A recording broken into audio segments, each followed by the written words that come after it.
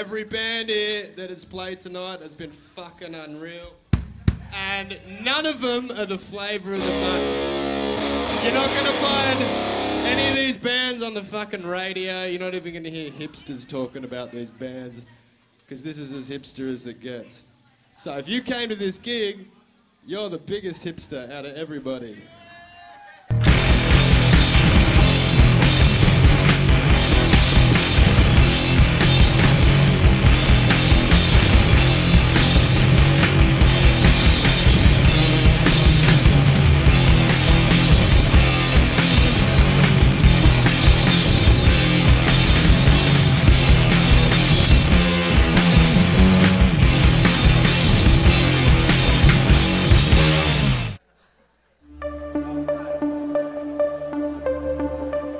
This song is like giving birth to me. It's very fucking hard. See if I can do it justice.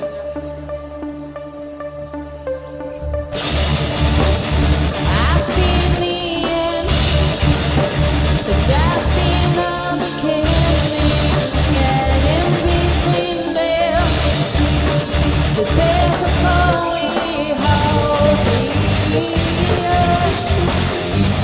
See me through our fingers, like the blood falling.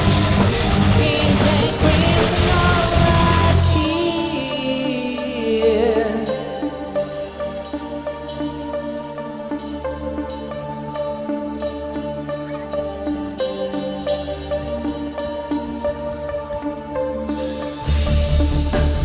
Can you help me understand why we draw lines? Just a step on the other side. Should I hold my tongue? Or should I close my eyes? Or should I be the one to tell you no? We will rise over the great divide. We'll paint the world in color, all the way to the stars, under the brightest skies. Maybe we should just take the world as ours. Strip away all this dark, close the gap within, without trembling, with the head held high, and all the hope inside. We will rise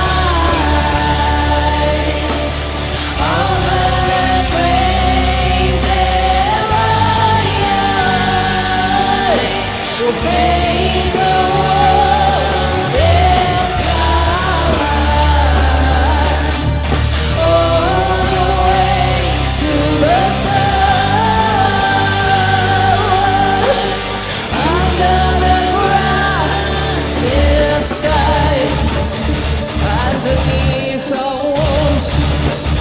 Darkest light of truth, the silver light is our proof. Stand together again in the blue.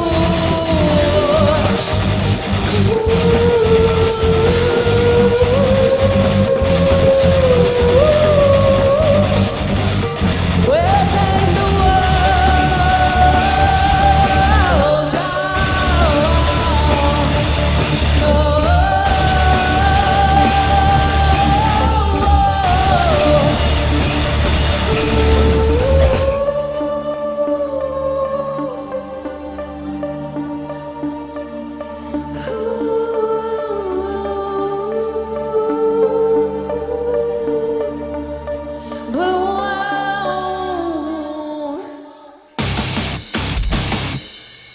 Welcome to the Riff Crew. I'm your host, Steve Mitchell, and we're back for another edition of the Electric Church, looking at gigs past and future.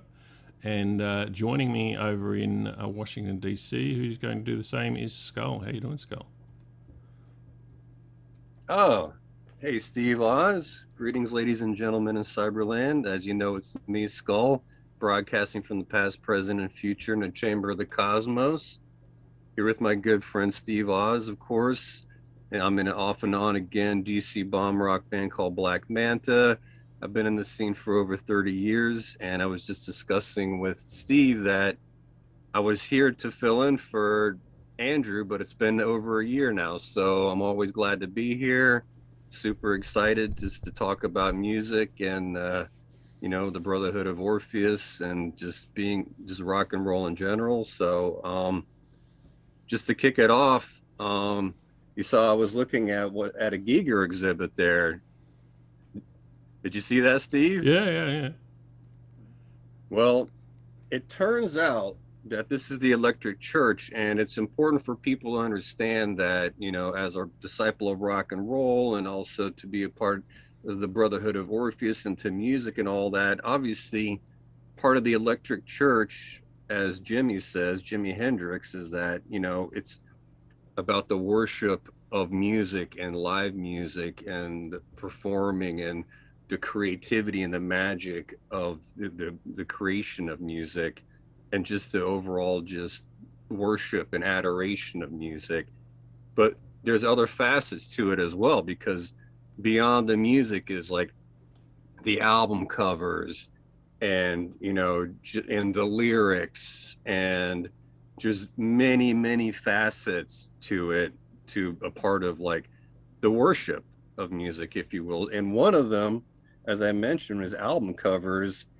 And just recently I found out my friend Mark Jackson, who I went to the Heavy Metal Hall of Fame with, I found out that there was a Giger exhibit in New York. Now, I don't go to New York very often, and it's only about 3.5, 4 hours away.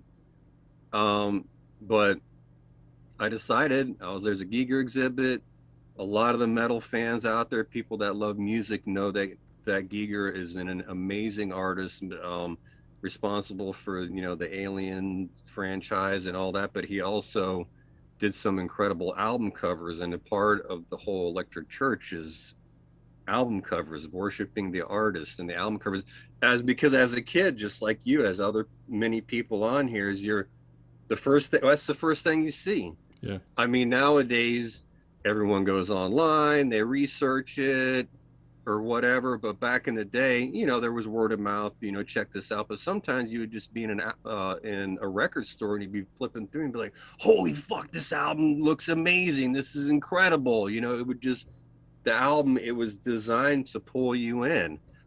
And obviously there's some really amazing album covers, legendary, iconic album covers out there. And I have a million of them in here in the Chamber of the Cosmos. But I wanted to focus on the Giger exhibit, the album covers, because I went to the exhibit. I'd never had a chance to go to any of his exhibits before, see any of his work in real life. It's obviously incredibly macabre and bizarre, and just really fucking nightmare fuel. I mean, what else can you say about the guy's work? Is fucking nightmare fuel, right? Well, that's what, as far as I understand, because he had a condition where he would have nightmares and he couldn't wake up, so he was always stuck in the nightmares. And his images were basically that. He was trapped and having I did not know experiences. that. Yeah. I mean, I heard something about that, but yeah, I mean, that's crazy. And it explains a lot, right? Because I mean, the guy was on we all love him. He's a genius, but it's terrifying. It's some terrifying shit. And also incredibly inspiring.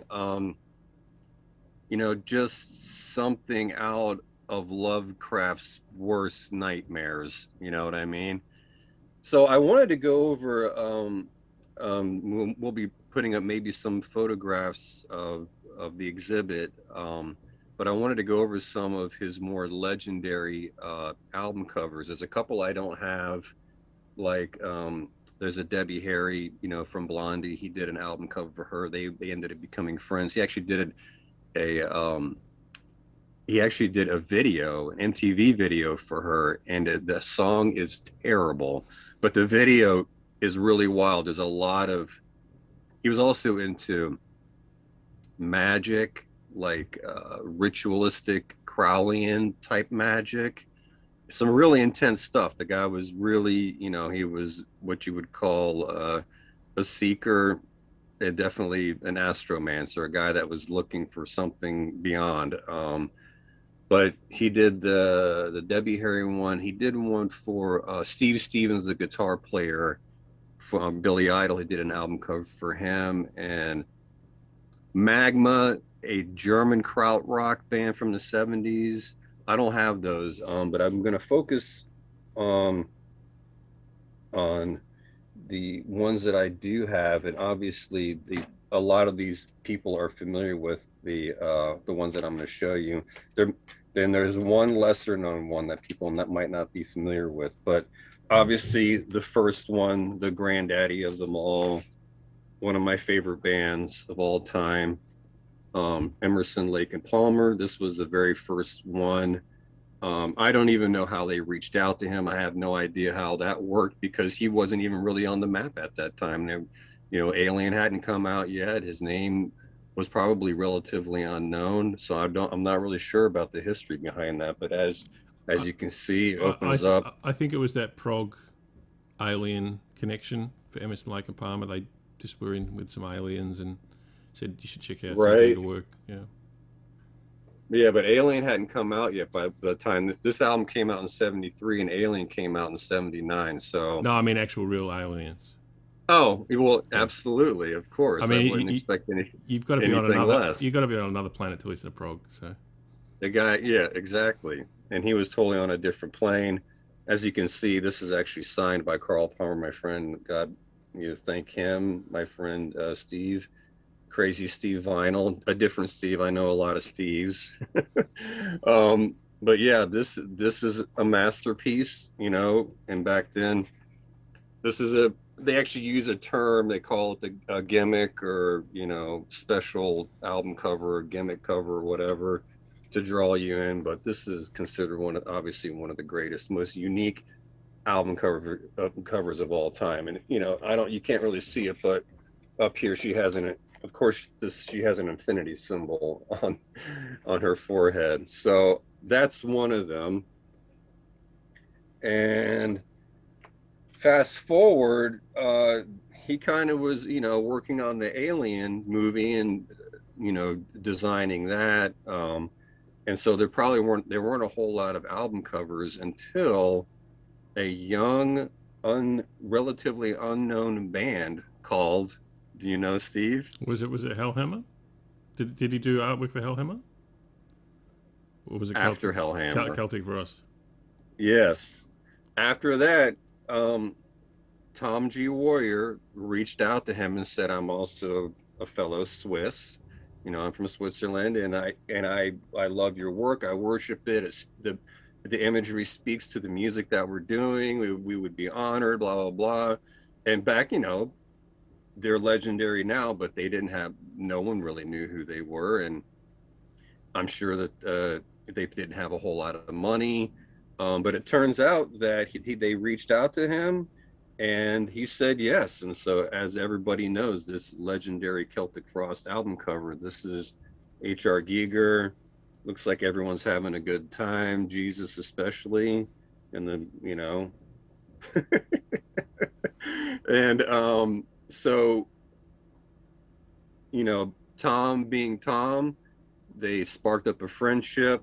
I'm sure there was a certain amount of hero worship, I'm sure, because Giger is a genius, artistic genius, and they became friends. And it turns out that over the years that Warrior was an assistant in his estate. And so they became friends over the years, and they said that they would only use it for the album cover, and they would never use it on t-shirts unless they got, you know, consent from Giger, which they always did, which is very cool because that's the kind of person that Tom is. And then they did an album cover. I don't have it here, but they did for Triptychon. Their second Triptychon album is the first one too. Yeah, the first Triptychon album is is a Giger as well. And so they stayed friends throughout, throughout the years until he passed away recently. And there was, the guy obviously probably, I don't know how much he charged them to do this, but maybe the way that they presented it and we said, we worship you, would be awesome. Maybe he was like, sure, why not? It'll be cool. So there hasn't been a whole lot of his work on album covers, but then a few years later, there was one more that popped up. You know what this is? No. Don't recognize it. It is. I took the sleeve off because otherwise you would see it. Can you read that? Oh, okay. Yeah, I like the first two albums, so that's why I didn't. Really, you only go up to the first two? Oh, I think the first two are the classics, particularly Danzig 2. I would say, I would argue all the way up to 4. That's my cutoff. I highly recommend you go back and read. And believe me, when this album first came out, I was used to the first two, and I was totally sold and stuck on them. But this album, the more you listen to it, it's actually, I would say, heavier. I would say it's the heaviest one, sonically and songwriting wise. Luckily, I got to see them a couple of times during this period. They were incredible. But yeah, this is Danzig 3, How the Gods Kill. And this album is very rare and sought after now. When you open it up, it opens up into the entire piece, one entire piece, and then there's the alien, and then the vagina. There's obviously Giger was into magic, Crowleyan magic, and all kinds of stuff, and there's a lot of magical symbolism in a lot of this, which means a lot of vaginas and genitals and sexual symbolism and all that kind of stuff. So there's that one. Well, there's one more. It would have been a good. What? It would have been a good fit for Danzig because he's into a lot of that erotic artwork. In terms of sort of the comics and whatnot. Well, yeah, he had his own comic for a while. I don't know if they're still going, but I actually collected them back in college. It was called Verotic. Called Verotic. Yeah, called Verotic. And he reached out to Frazetta, who is also another one of the greats. Well, that'll be another Electric Church we'll talk about sometime in the future, who also had some incredible album covers as well. But yeah, Danzig was into all of that. That was like a perfect marriage. And Danzig is also into Nightmare Fuel. But there's one more that I actually kind of forgot about because it's not your typical Giger. And it just the light bulb went off, and it was like, wait a second, I have that. And it's because when we went to the exhibit, I was talking to the young guy there, I believe, an art student. Who knows where he got his money to open this exhibit. And it was only open for 2 or 3 months, which is not a very long time for an exhibit. But he did say that he's thinking about getting more pieces and opening it longer, etc. So we might go again. But I remembered that there was one more in my collection. Do you know this album, Steve? Yeah, I'm aware of that. I'm not the biggest Carcass head, but okay. I will tell you, because they evolved very quickly, their style, with the whole, you like Entombed, and Entombed did the whole rock and roll thing, but even before Entombed did rock and roll, Carcass basically invented that style. So I would say if you're into that style, the rock and roll style, you should listen to this album. This is more rock and roll, and then of course after that is there's actually a Heartwork EP that has a song on it called rock and roll, I believe. And then after that is an album called Swan Song, and that is complete rock and roll. And I think that you would love these albums. But anyway, I remembered I had this, and I was like, wait a second. Because, you know, he did all, being the artistic and macabre genius he is, he worked in all kinds of medium.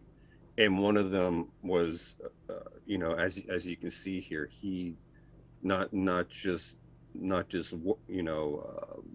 whatever he traditional mediums, which is maybe he did airbrush and he did oils and paints, but he also designed some sculptures, and this is just a bizarro sculpture that he designed. You know, so you see the peace symbol, and supposedly this is a heart and it pulsates. Now, I don't know the story behind this. I don't know if he designed it specifically for this album cover, but it says right on the back, front album sculpture, the title is called Preserve Life, copyright 1983, used by kind permission. So I'm not sure if this was created specifically for the album cover, but this is another Giger piece. So that's that. I just wanted to show you know, how important it is to, you know, there's the many different facets of, you know, the electric church, you know, not just the, you know, the sonic worship of it, but the visual worship of it, the album covers and lyrics. And we can talk about lyrics all day long because Rush is my favorite band and I'm a lyrics guy. So so that's one aspect of that. And that's a perfect segue into another part of the electric church, is that sometimes when you're out and about and you have the opportunity to go out of your way to visit a place that has some sort of musical history to it, or something like that. It's, you know, if you're a disciple of rock and roll and you love all that stuff, you're going to go out of your way to visit it. And I got very fortunate. You know, COVID is raging around the world. It's actually, you know, it's gotten better. And we had the opportunity to go to Italy. You know, I've only been able to go to Europe a handful of times. We had an opportunity to go to Italy, and I was like, okay. And then I didn't even realize it. We were going to Pompeii, and I was like, wait a second, Pompeii, that sounds really familiar. Why does that sound familiar? And I was like, oh, that's right. Pink Floyd, live in Pompeii, which is, I'm a massive Pink Floyd fan. Izzy is arguably, you know, he's an Astromancer, and Rush is one of his favorite bands of all time. But I think on top of that, just a hair above Rush, or tied with Rush, if you will, because no one's better than Rush, is Pink Floyd, is Izzy's favorite band. And I figured, I was like, well, we have the opportunity to go, and maybe we'll put up some pictures. I'm going to send some pictures. And we got to go.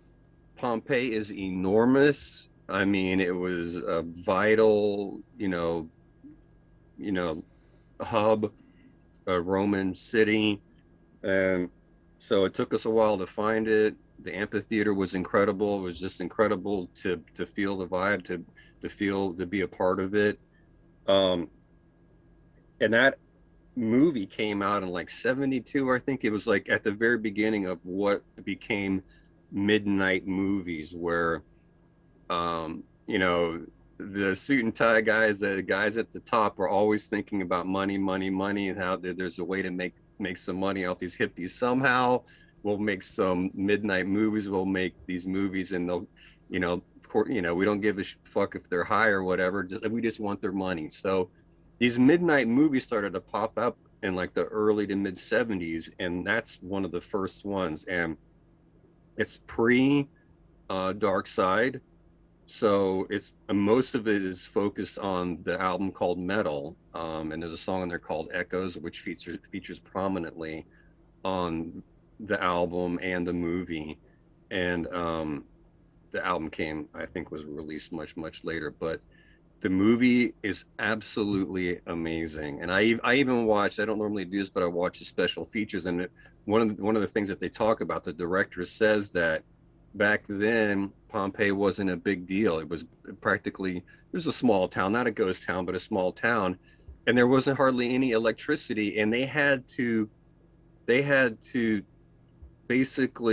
take an extension cord. This is what the director said. So this is kind of crazy. So I'm going by what he said, and I believe it. He said that they had to take an extension cord from the amphitheater all the way to the mayor's office because it was the closest electrical outlet to the amphitheater. So obviously it wasn't that modern, even by the time that this was filmed, 70, 71 or something like that. Anyway, this, if anyone is into visuals, it's just mind-blowing. It's them at Floyd at the height of their power, and if you can, and they even get even more amazing with Dark Side and Wish You Were Here and Animals. And so they were just one of the few bands, arguably, along with Rush, that just got better and better and better. And it's like they were just, they just kept retooling their craft and getting better. And it's just highly recommended. Like I said, I took the opportunity to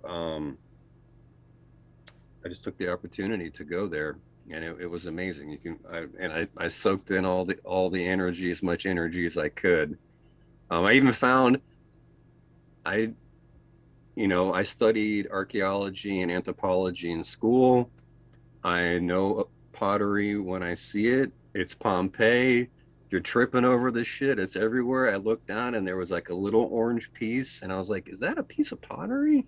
And I was like, "Yeah, they're not gonna miss it. It'll have a little memento to take back with them." So even I brought a piece back with me, and I found it in the amphitheater.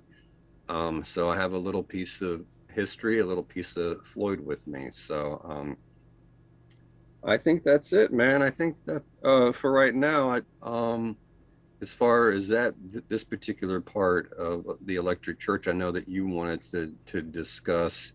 Well, did you have any questions about my Giger excursion or my Live in Pompeii excursion? Well, I was going to say, you felt like you were there, right? Well, I was going to say a 3.5 hour drive. That's like how long it takes to get a bottle of milk in Australia. That's just the way things are down here. So that's a short trip, which I'll talk about in a minute. And interesting you mentioned the Live in Pompeii. It's one of my favourite sort of live videos of a band. Even though I'm not a big Pink Floyd fan, I think it's just it's incredible, brilliant production. Yeah, and the sound is superb.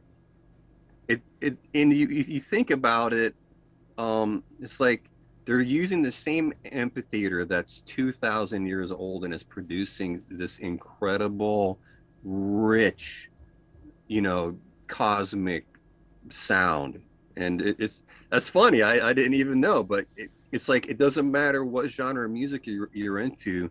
Sound is sound, and it's superb. The sound is absolutely superb. Yeah. And I guess I'll before we talk about shows coming up, I'll just touch on some that I've seen in the last few months that we actually probably discussed, I think, on the last Electric Church. So there were a few album shows in March. The first one was Dr. Colossus. They played a number of album launch shows here in Victoria, and I caught one of them at the Gasometer Hotel. There was like 7 bands, so it was sort of like a mini festival. Just an incredible lineup as well, because I think Ocean Lord opened. They're a very melancholy doom metal band. Just if you're in the mood for them, it hits. They're called Ocean Lord. Yeah. So I'll have to check them out. Yeah, that's cool. Once the guys give me the mix, we'll probably get some footage of Ocean Lord online. But of course, Dr. Colossus headlined that and just had the audience eating out of their hands like chimpanzees at the zoo or something like that. It was a great show. The next album launch was Garlic Nun. We mentioned, so it wasn't the Garlic Naan that obviously you order with your tandoori. And that was just a wild punk show. And I think I mentioned, I'm not sure if I mentioned on the show, but, you know, at least a dozen people or more came down with COVID after that show. So it was, you know, sort of like a, you know, if you, what is it? I know what that's like. I'm just getting over it myself. So, yeah, and I guess with punk shows, with people jumping on top of each other and whatnot, it's quite easy to spread anything that might be in the that ecosystem, if you like. And the third album launch was none other than the Pizza Death.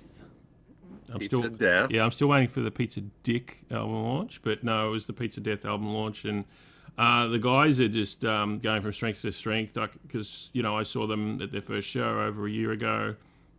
They're starting to get a bit of a following, definitely getting a reputation here in Australia. And their artwork for their albums caught the attention of album collectors internationally as well, because they said they had quite a few sales in Europe just on the basis of their artwork. And cool. Yeah, just like what we were talking about. Exactly. Yeah, and it's I can't remember the guy's name, but he's the same artist that does municipal waste artwork.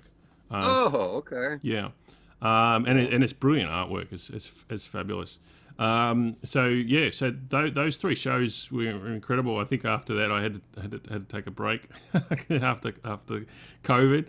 But a few other events I'd like to touch on. One was the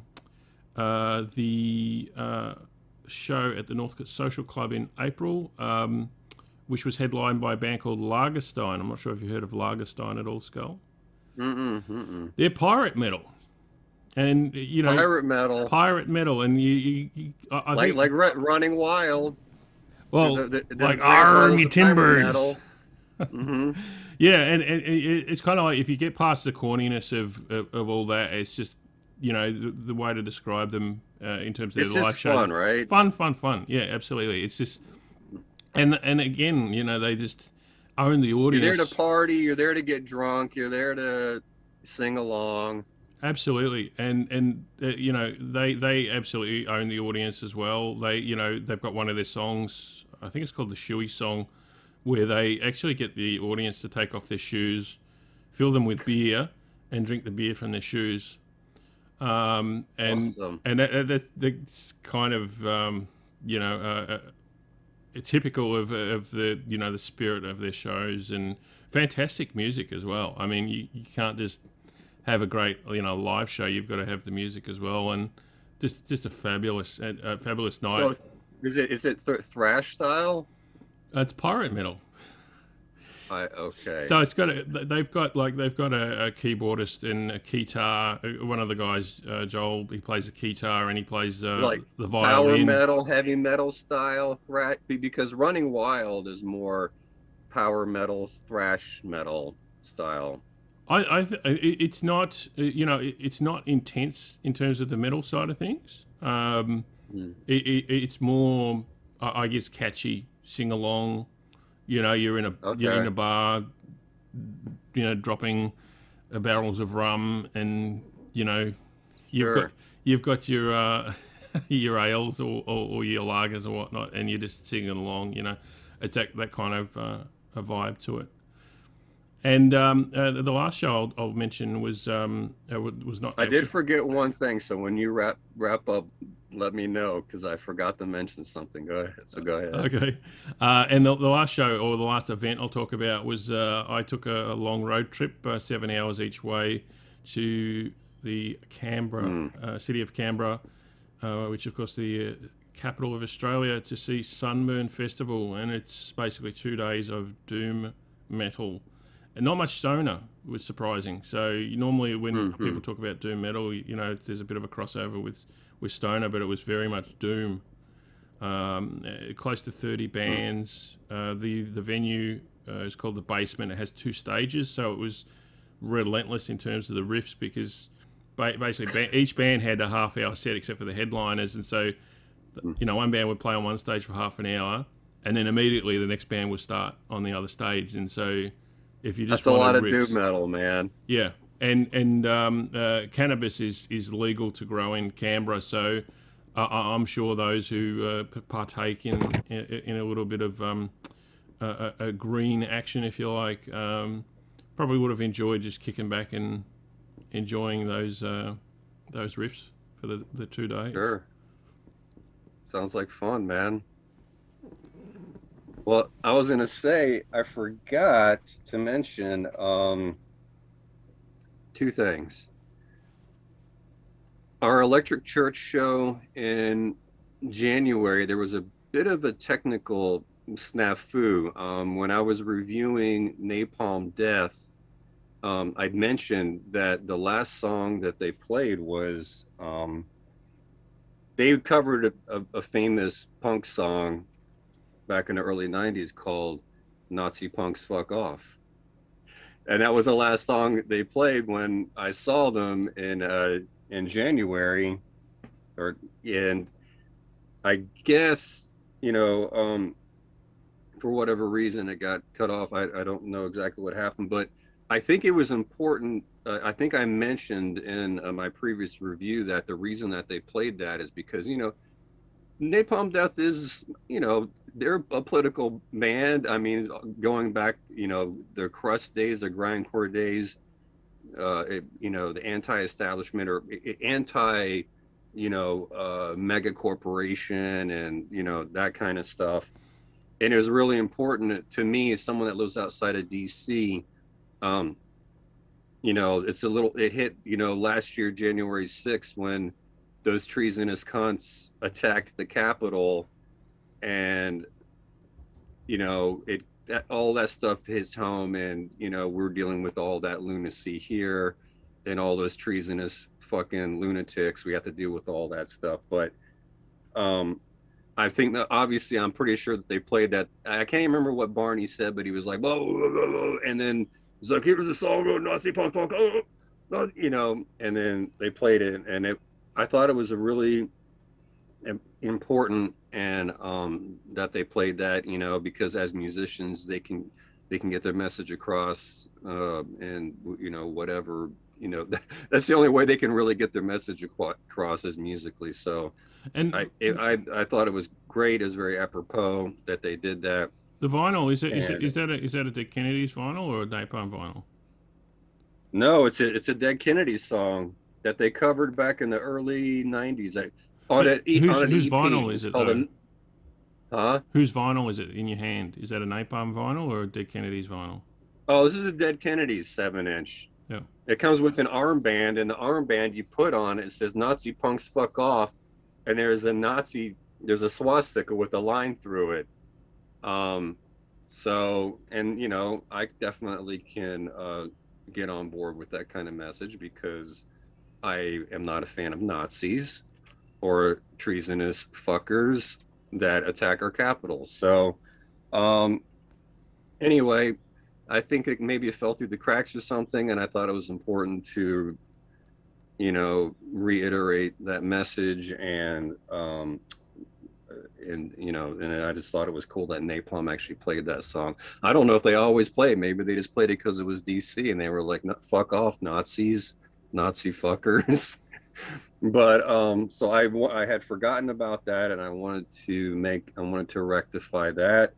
And the other thing is, I actually did get to go see a show. I don't get to go to as many shows as you get to go to, my single bachelor friend who can just fucking get up and go whenever he wants to.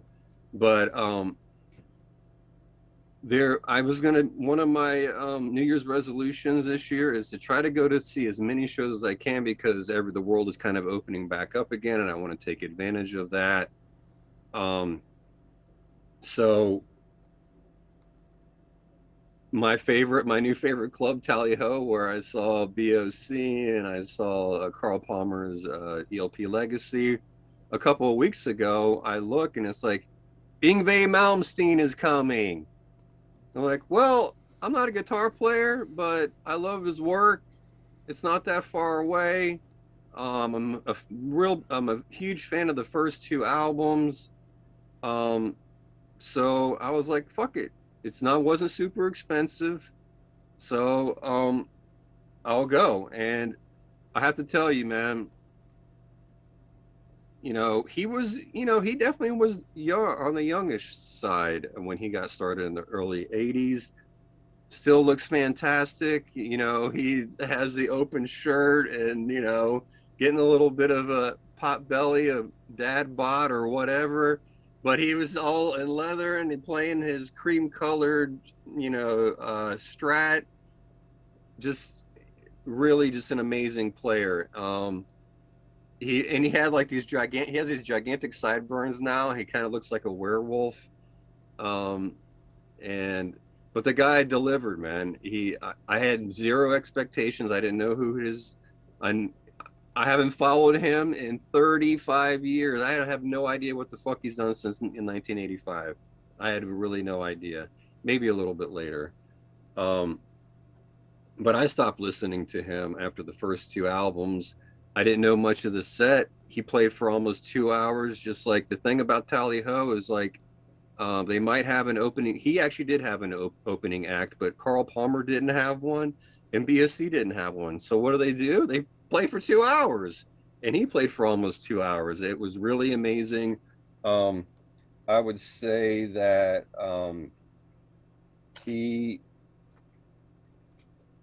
where is it? Let me grab these real quick here. I am not that familiar with his work after he did Rising Force, and then he did Marching Out, and then there's an album called Trilogy with a dragon on the front, and then there's one after that called Odyssey, and those two have Joe Lynn Turner on them. I'm not a huge Joe Lynn Turner fan. I don't know those albums. I don't know them very well, and I don't know much of his, I didn't recognize many of the songs, but it was fantastic. He was an incredible player. I would say he hasn't lost his touch, even though he's probably pushing 60 now. And, you can just think these musical geniuses like Mozart and Beethoven, what would they be playing if they lived in today's age? They probably still would play the keyboards or whatever, but they'd be playing the motherfucking guitar, But that being said, this is one of his, this is his breakout album, probably one of his most famous ones. He played 3 songs off here. Black Star, which is arguably one of his most favorite songs. And I recently read an interview with him where he said that is one of his personal favorite songs that he's going to play until the day he dies.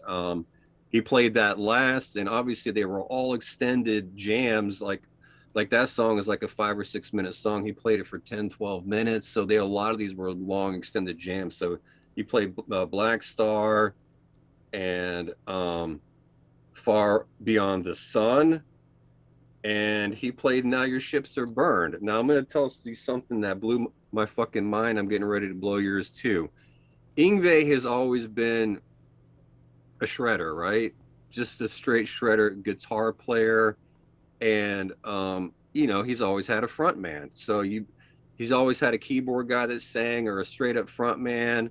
And so I just assumed that there would be a front man or the keyboard guy. The keyboard player sang the first song, which I believe is off that Odyssey album I was talking about. And so they start playing. The second song breaks in. It's Now Your Ships Are Burned, which is, I fucking worship that album and that song. And he starts singing. Yngwie starts singing. He starts singing. And I'm like, holy fucking shit. So now I'm going to ask you a question. For someone that's probably not that familiar with his work, but that he's a virtuoso and he's a shredder and all this stuff. He's classically trained. Now, if you were to say, oh, if Yngwie, I heard Yngwie sing, would you think someone that essentially has music in his DNA, would you think he's a good singer or a bad singer or mediocre, or what would you think?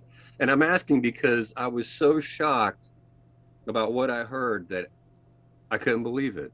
And I just want your opinion. I just want to see what you think. I don't think I've actually heard him sing, but read comments, which is basically hire a singer. So I don't know what your experience was like.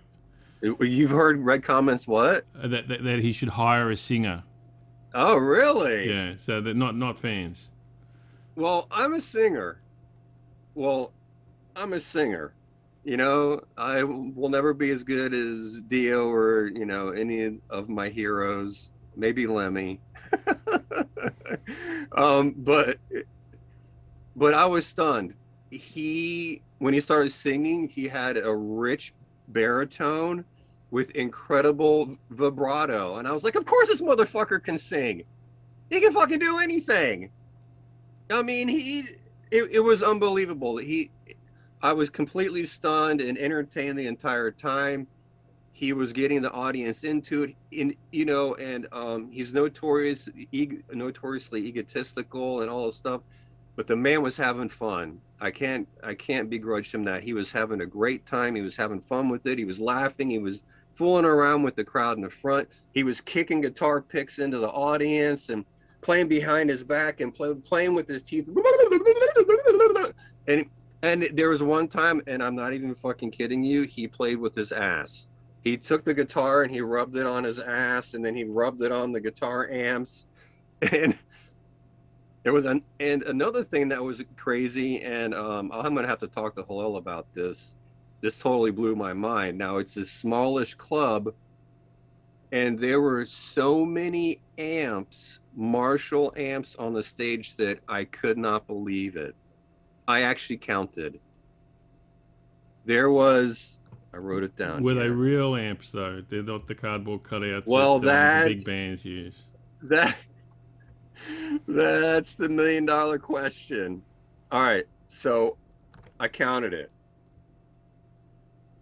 The back line was insane. I'm sure Jimmy was, laughing from rock and roll heaven and the Great Gig in the Sky, because there were 60 up to 60 Marshall heads. Now I don't know the wattage. I'm assuming they were 1,000 watts or 1,000,000 watts or whatever they are for, Yngwie. And so there were 60 heads and 20 Marshall cabinets. Now I did notice that only about 10, 15 of them had red lights, which means that they were on. Now, maybe he wasn't, and he also had pedals on the floor. Maybe some of them were for certain pedals. I don't, and now it was loud, but it was not insanely loud. So I don't know how, it was just cool. It's like, he has not lost the art of, just the spectacle of it. The art of it is like, he's trying to that's what someone does, when he's a showman. He is a showman. He's trying to perform for the audience, give them their money's worth. And I was like, for someone with a huge ego that's playing to 300 or 400 cats, he was having a great time with it, still trying to bring the spectacle, throwing picks into the audience, playing with his ass, putting Spinal Tap level fucking Marshall amps on the stage, like ridiculous level.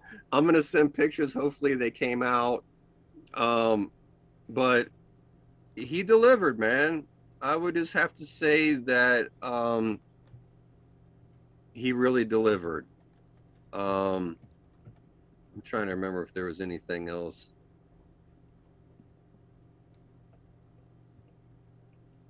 I think that was about it. I mean, for 30, 40 bucks, I mean, obviously he's never going to be as good as this guy right here, Jimi Hendrix, the greatest acid rock guitar player of all time, the man himself. But I forgot, there is one other thing. Besides the other couple of the songs that I mentioned from the first album, he played a couple surprise songs, and he started playing a Deep Purple song. Can you guess what it is? He didn't play Smoke on the Water, did he? He fucking played Smoke on the Water, and at first I thought it was a goof. I was like, is he making fun of Richie Blackmore? Now, Richie Blackmore is one of his heroes, but that doesn't mean you can't make fun of him. And I was like, I thought maybe he was goofing.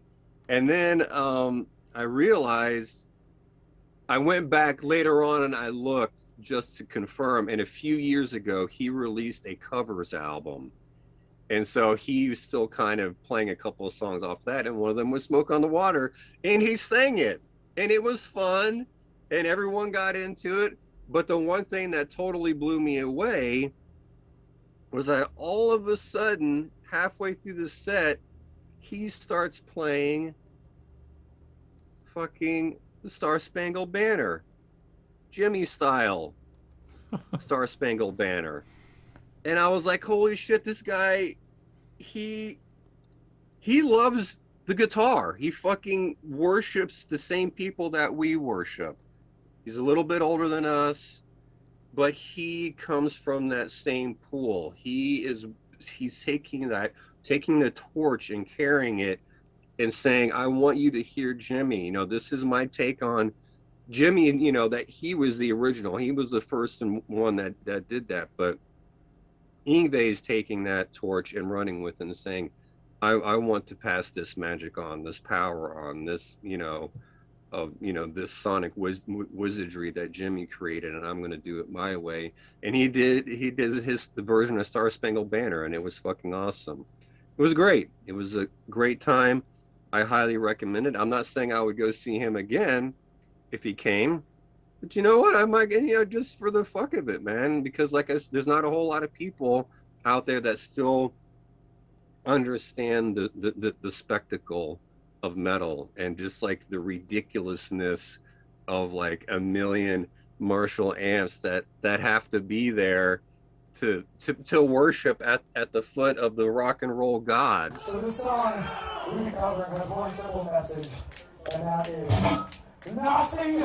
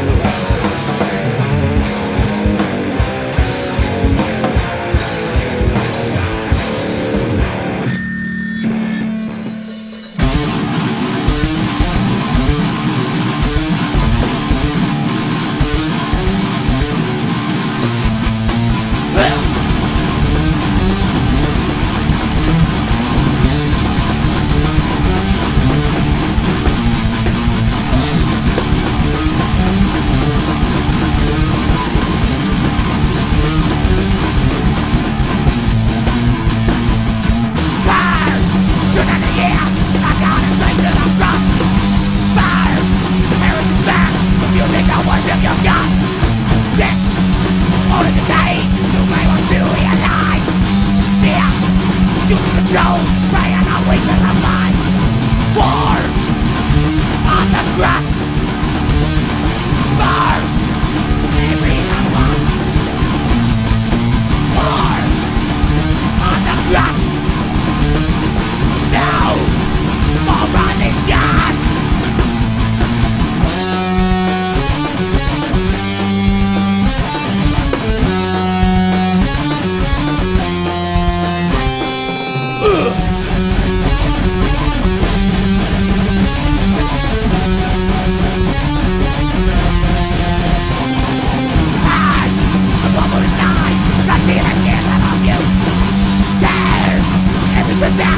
Wants to never know you.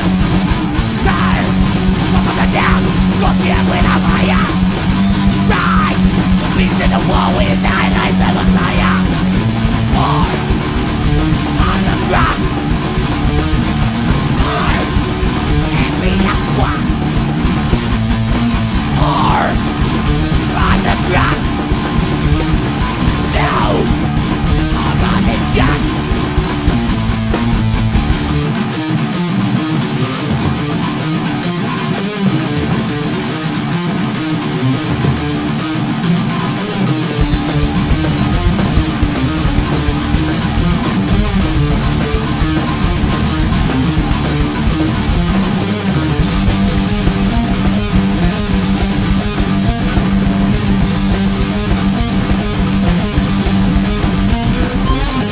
Together we rise to destroy the creator.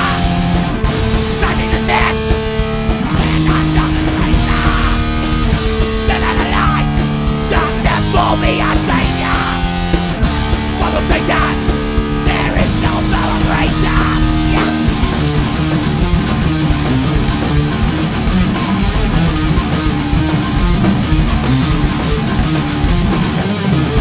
Spit in the face of Christianity. We deny your false reality. Open your eyes and you will surely see the deception throughout the centuries.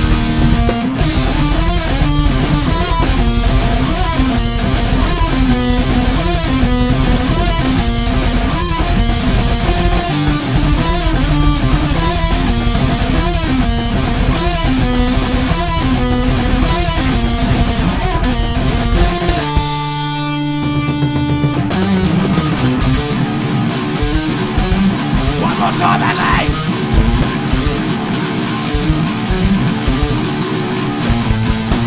War on the grass. Every last one. War on the grass. Now for running God.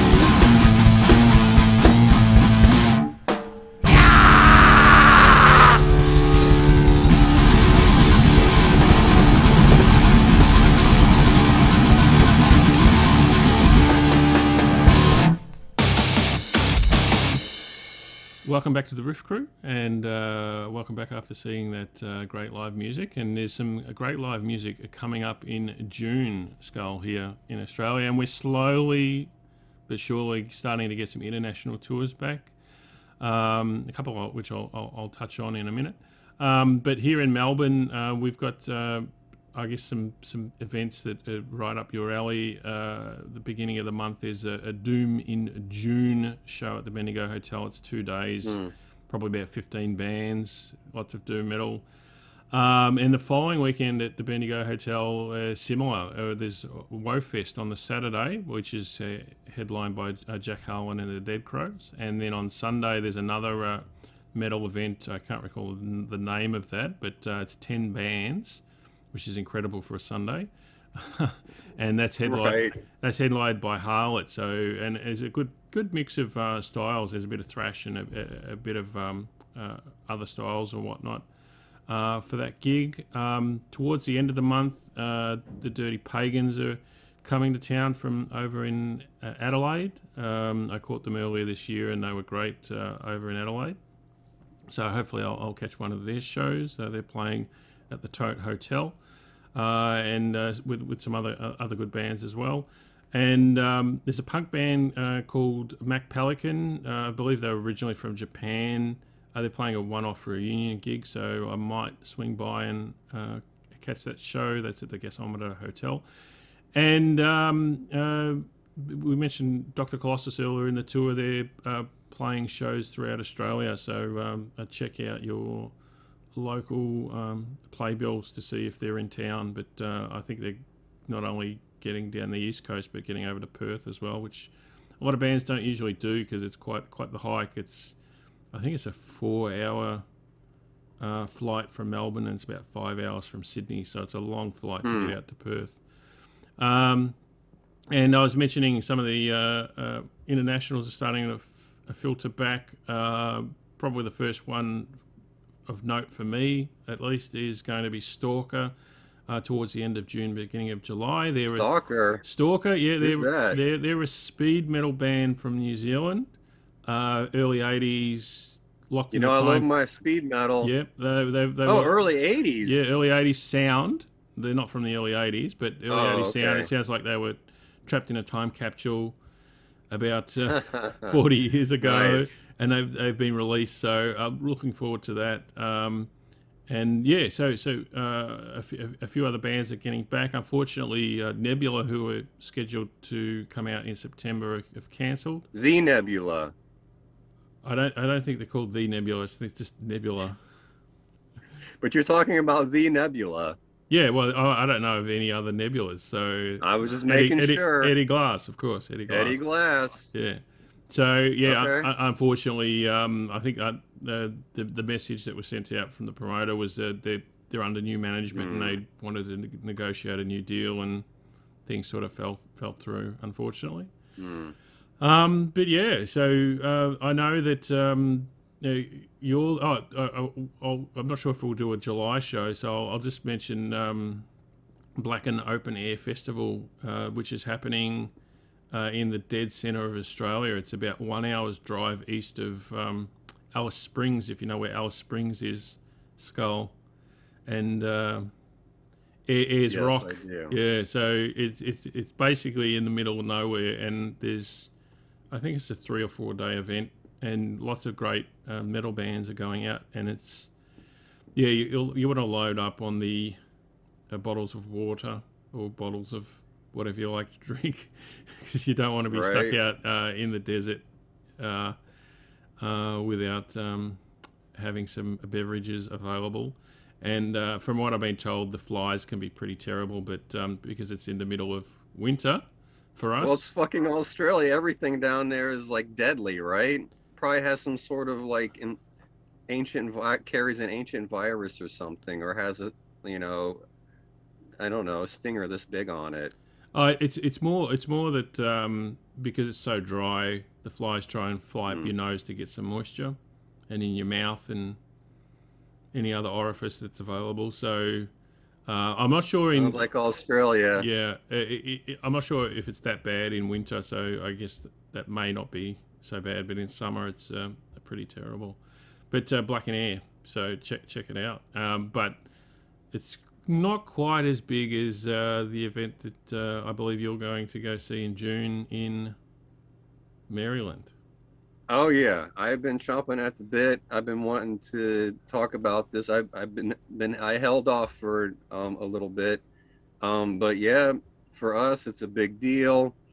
The Maryland Death Fest has been going on for almost 20 years. There was of course, because of COVID, there was a couple years hiatus, and I did hear, I don't know how true this is, but there is a rumor swirling around that this could be the last one.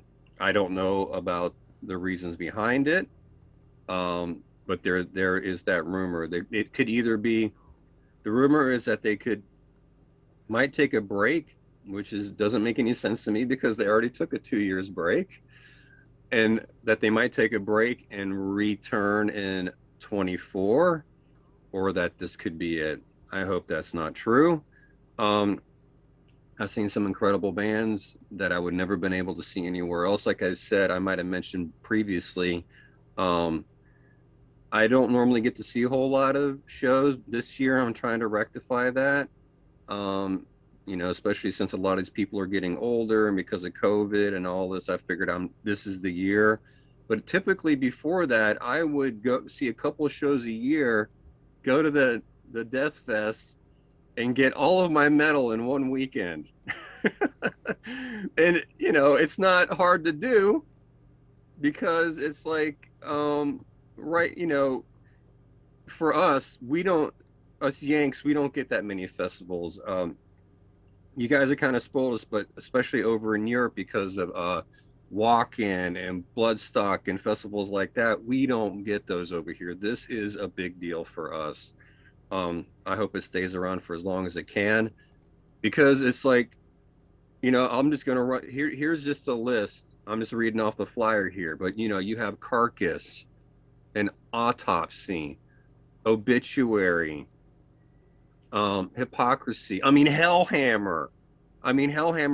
You know, that is one of the most legendary bands in the scene, in the underground scene. They're playing, you know, Tom Warrior is playing a Hellhammer set.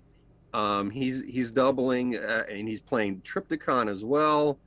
And Deicide is playing. They're performing Legion in its entirety. Cavalier Conspiracy, which is the Cavalier brothers, they're playing music from Beneath the Remains and Arise. And there's Suffocation, Mortician, and Coroner, Destruction, Violence, Cancer, Atheist, Onslaught, Nocturnus AD. I mean, unfortunately, the way that it's set up, there's the old Death Fest would have, like, was the Sonar, one venue, and then they had the outside stages, and they would trade off. After the Sonar, they stopped doing it at the Sonar. They've been split up to different clubs, so it's like you can jump around. It's a pain in the ass. It's not super easy logistically. It's a couple of miles away. So for me personally, I mean, we are just going to be sticking around the Edison lot, which is the outside portion of the festival, which is the funnest part for me anyway. It's like, we don't get outside festivals, so it's just the whole vibe. And for me, music always sounds better outside.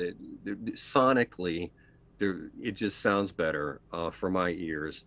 And I'm sure that there's a science behind that, but you know, even that being said, I mean, there's, you know, Massacre is going to be playing. So when you go to the Edison lot, you just stay there pretty much. You know, we just stay there, and Edison lot typically has the biggest bands, because there's going to be Massacre, Demolition Hammer, Carcass, and then Graveyard, which is a Doom, hard rock Doom, retro Doom style band.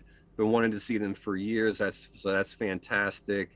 Atheist, Florida thrash metal, Suffocation, Florida Death, Obituary, Florida Death, and then the Saturday, Cancer, which is a German thrash, Triptychon, you know, that's one Warriors, Doom band, Autopsy, one of the originators of the whole death metal scene, Onslaught, old school UK thrash, Coroner, old school Swiss thrash band, technical thrash, and then Cavalier Conspiracy, as I mentioned. And on Sunday, Destruction, legendary thrash metal band, one of my personal favorite thrash metal bands, Triumph of Death, which is the, you know, Hellhammer band, Deicide, and then Nocturnus AD, and then Immolation. Sorry, not a huge fan, but I'm sure the kids will love it. And then Hypocrisy. So it's just, the lineup is mind-blowing. The lineup is just mind-blowing. I feel very fortunate, and you know, it's in our backyard. I always felt pressured to go because it's here, and you can't, you know, there's no complaints. It's in your backyard. It's in Baltimore. It's just 40 minutes away. We can get a hotel room and then stay there, avoid all the crust punks and assholes, and then go there the next day. So I hope it goes on forever. I was sorry to hear that. You know, the internet is a festering sewer hole, as we know, so it could just be a complete fucking made up lie. I have no idea. But one of the rumors is that this could quite possibly be the last one. And some people are coming from out of town, old school mall rat friends that no longer live here, like my friend Hilton and Eric, you know, my true disciple of rock and roll and Brotherhood of Orpheus brother Eric is coming, and he's coming up from Florida. Eric Johnson, he doesn't come normally, but you know, we all got into this music at the same time. He was luckily one of those cats that had the funds to be able to get all this music. He was always working, so he always had extra cash, and so he bought the magazines and the music, and thank God for that, because we were able to listen to it all. There's always one cat that's able to be able to basically feed the group, you know, with the necessary, you know, music, and Eric did that, man. He's a fucking righteous cat. So super excited for that, man.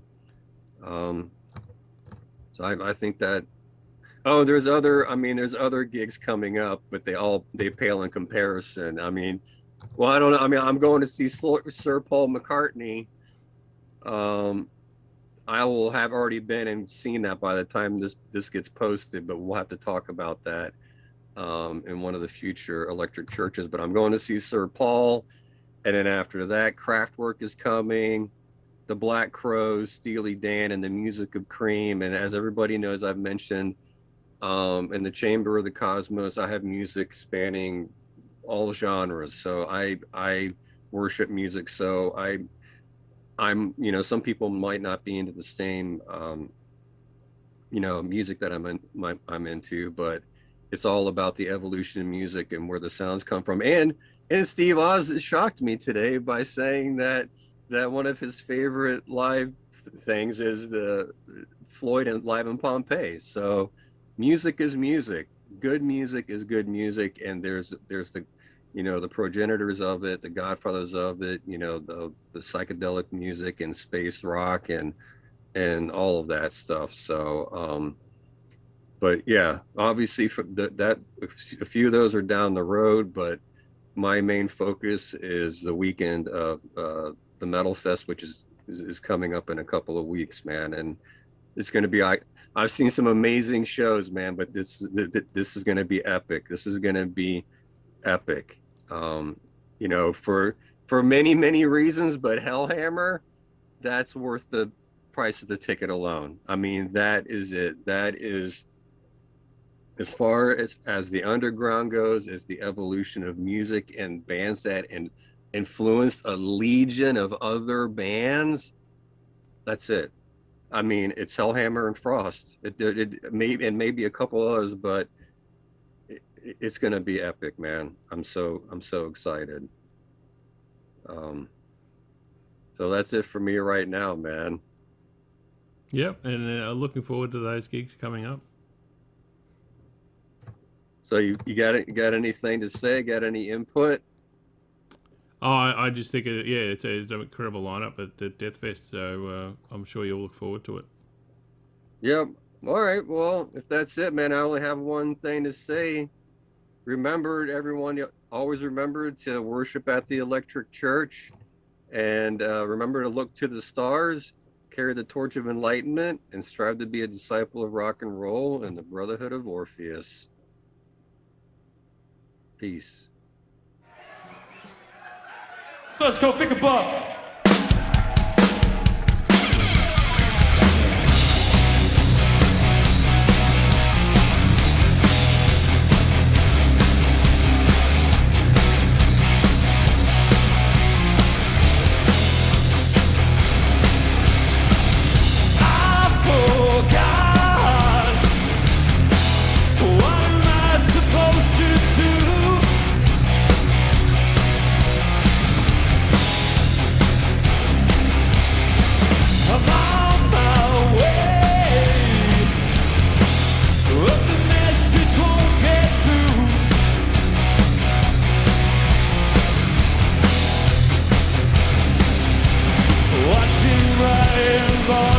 start. Then there's little helper marks running naked from my bar. Martin Fink was rated R. Can you hit my broken heart? Then I think I've gone too far. Slowly melting in my car. What the hell is Pickabar?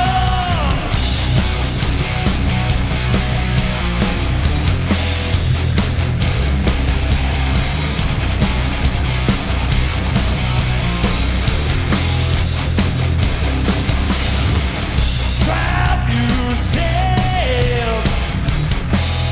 What am I supposed to do?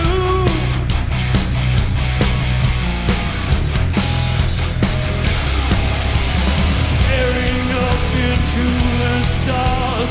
Pepsi learned from his new book bar. Addiction starts to play its part. Quitting core is proving hard. Can you mend my broken heart? A broken back in a violent spot. Slowly melting in my car. What the hell is Pickabar? How you doing? You still with me? You all know the words to this, yeah? Let's do You been it. to a Foo Fighters show?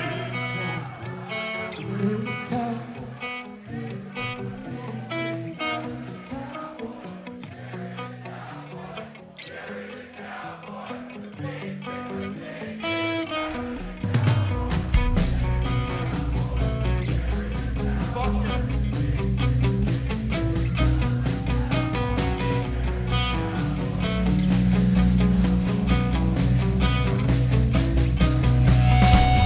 Jerry the cowboy, Jerry the cowboy, big triple thing inside of the cowboy.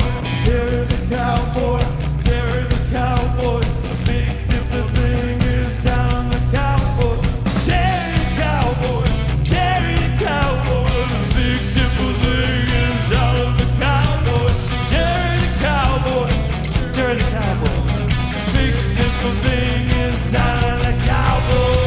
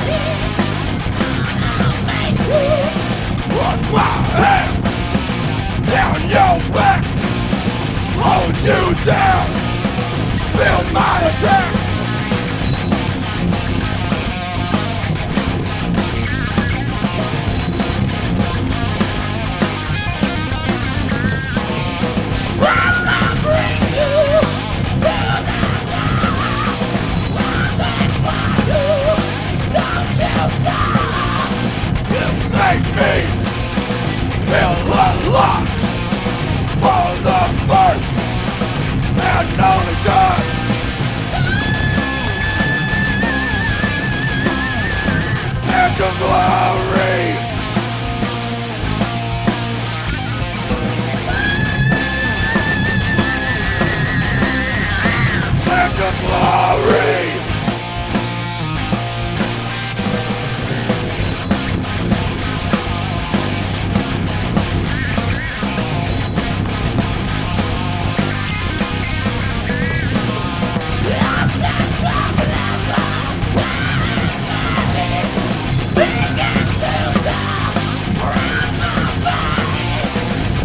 Make me feel alive.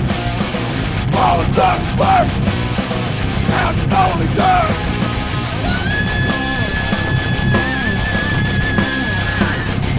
Glory.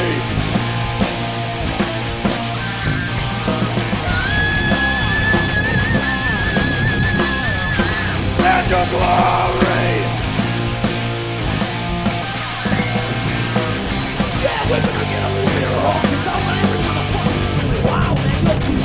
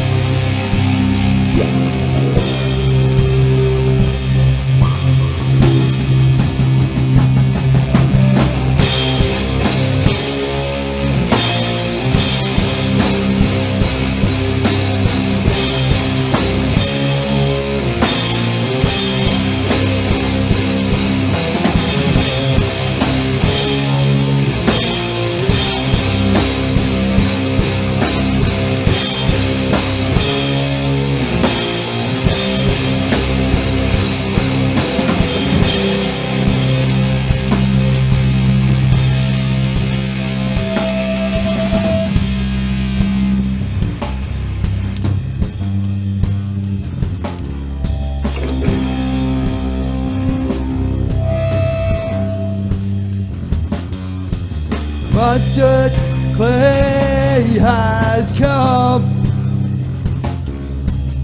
Lotus grows from the scum.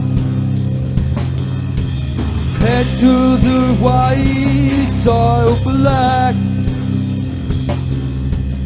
Fish cleansed by boiling fat. Thus came light and sound. Future born, we are the ground. The holy syllable is the cradle of all things to come.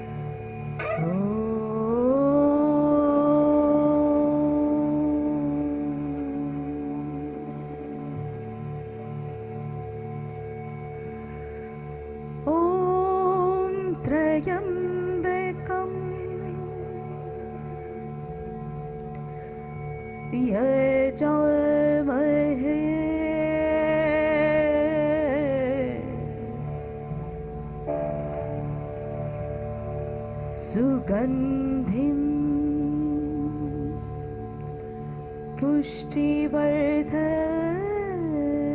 पुष्टिवर्धनम्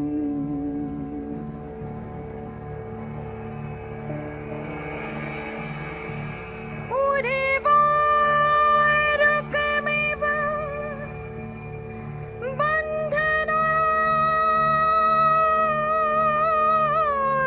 बन्धनात् मृत्युर्मोक्षे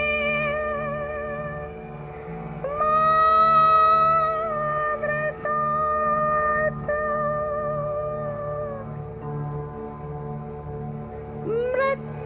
मृत्युर्मोक्षे मामृतात् मृत्युर्मोक्षे मामृतात्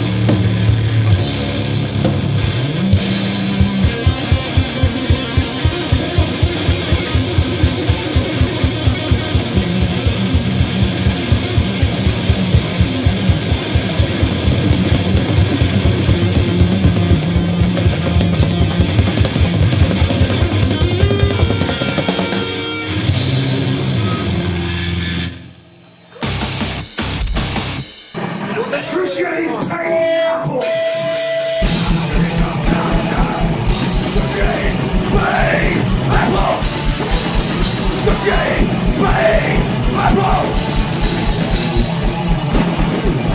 The brain of me, accelerate. Who makes the clearing savory? Because the fruit, into me. Who makes the clearing savory? Because the fruit, into me. Because the fruit, into me. Excruciating pain, I roll. Excruciating pain, I roll. Excruciating pain, I roll. Excruciating pain, I roll.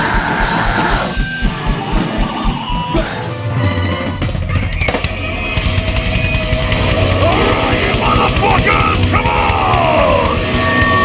Let's get fucking wild!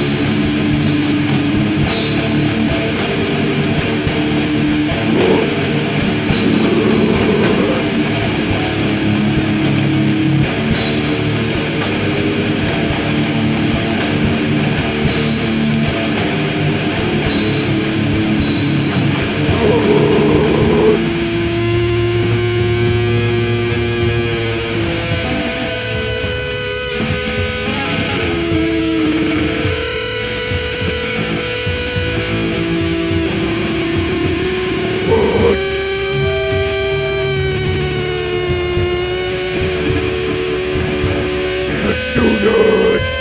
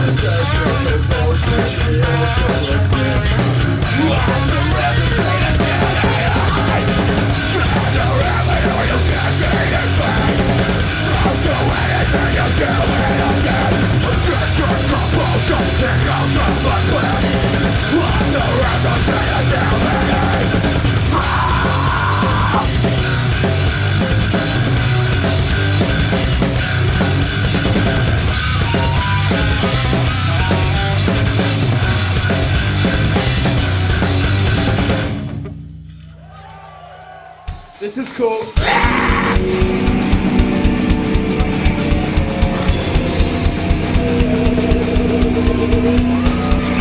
On the front tonight. Gonna turn it on, gonna turn this one. All the door goes on.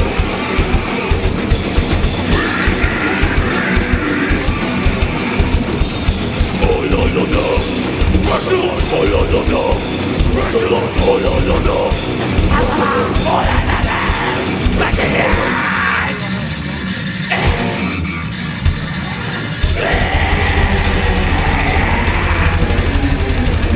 Whatever you roll, this life, but this boy, nothing is life. I'm cracking, smacking, take for the one. Come on down, say a fire, stop, don't turn around, build on the soul. That TV never plays a evening. I learned for sure, it won't let me think.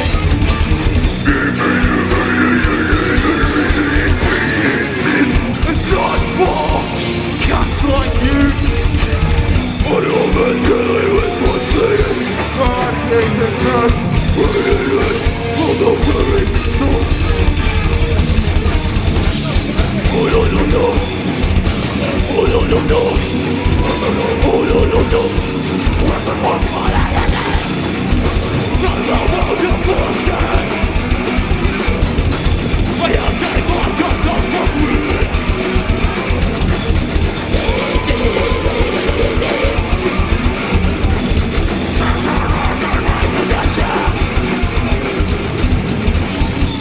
You fucking dog!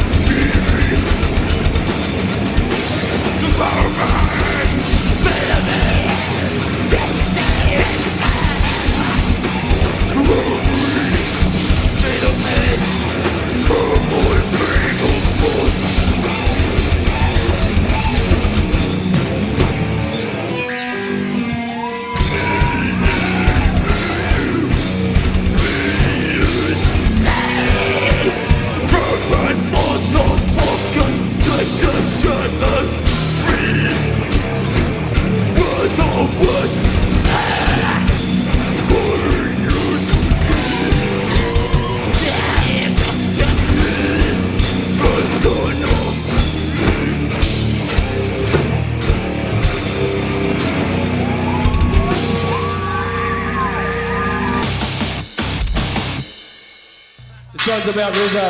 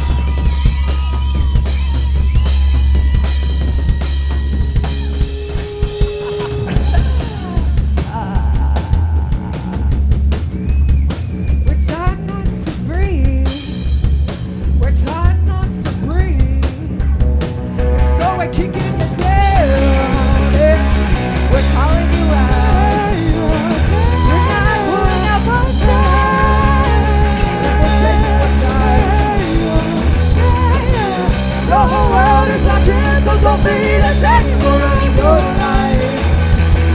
I said the whole world is watching, so don't feel a second more of your life. Ow!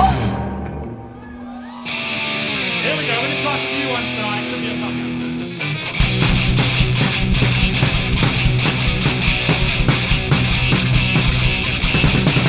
Welcome to the Devil Show. We're at the gates, nowhere else to go.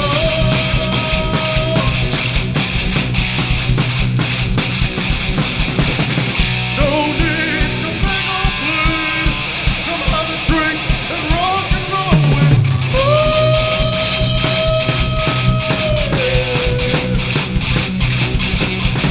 Hells, elves are rockin'. Elves are rockin'. Elves are rockin'. Ooh, baby, yeah, elves are rockin'.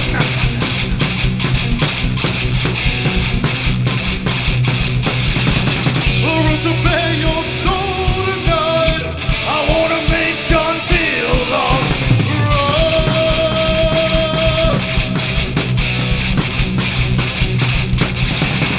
This is where I wanna be.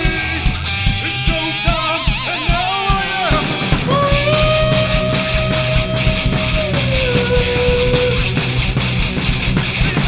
Hells, elves are rockin'.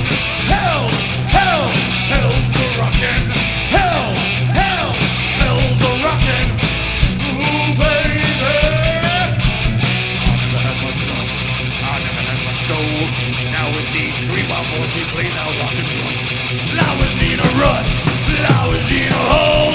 Now with these three wild boys we say, let's fucking go!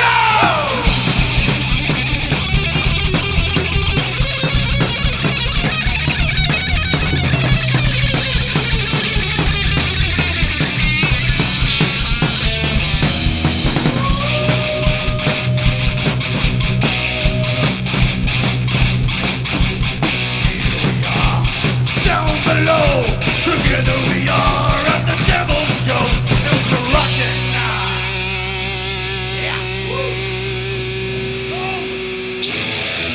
Straight from the 133rd Footy Club, Jonathan. What's this shit? Oh, it's an old one, Flying in Time.